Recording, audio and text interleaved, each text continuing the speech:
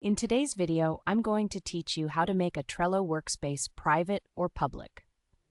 Trello is a fantastic tool for organizing projects, and knowing how to manage your workspace's privacy settings can really help you control who sees your information. If you find this useful, consider subscribing and liking the video. Let's get started. The first step is to access your workspace settings. Begin by logging into your account at Trello.com. You can use either your email or your Google credentials, whichever is more convenient for you. Once you're logged in, you should see your Trello dashboard. Take a moment to look around if you're new, but our focus today is on the Workspaces section. Now scroll down until you locate the Workspaces. Here, you'll find all the workspaces you've created or are a part of.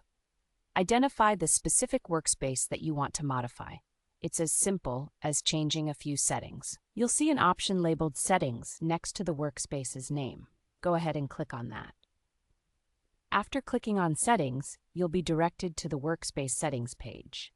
Here, you need to find the option to adjust your privacy settings. Look for the tab that says Change. This is where the real magic happens. When you click on that tab, you'll see two options, Public and Private. If you want your workspace to be accessible to anyone who has the link, you should select the Public option.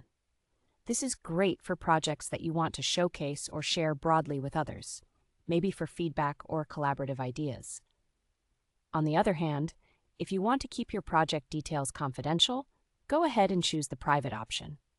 This setting ensures that only members you specifically invite can access the workspace, which gives you much more control over your project's information. Once you've made your selection, the privacy settings update immediately. There's no need to worry about saving anything. It's all automatic.